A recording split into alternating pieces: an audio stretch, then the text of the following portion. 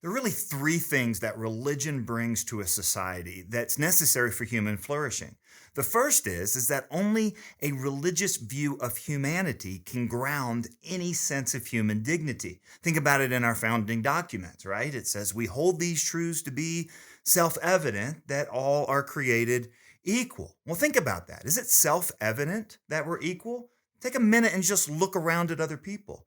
The first thing that becomes obvious is not that we're the same, it's that we're different. So, if there's going to be anything that grounds our humanity together as people, it can't be anything that we have on the outside because we don't share all the same things on the outside.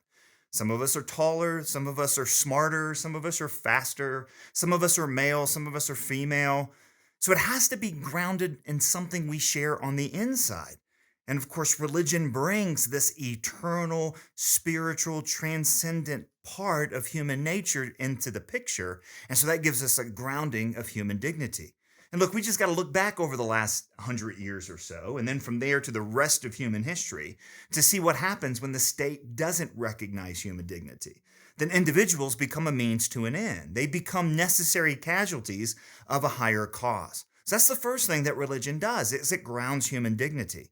The second thing that religion brings to the picture is a higher allegiance. Listen, if there is no higher power than the state, if the state is the thing that grants our rights as human beings, then the state can take those rights away. Trust me, in any society, you don't want the state to be God because then the state can't be questioned. The state can't be challenged.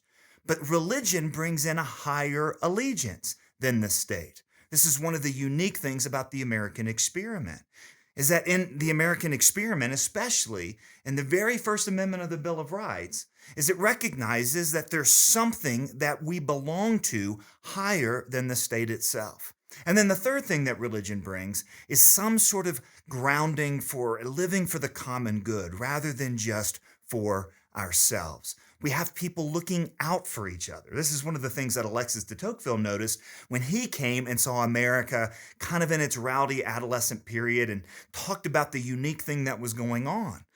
He realized that America was exceptional, not because for some reason the citizens were better than anybody else, or not because that there was something uniquely special about this form of government versus parliamentary or something like that.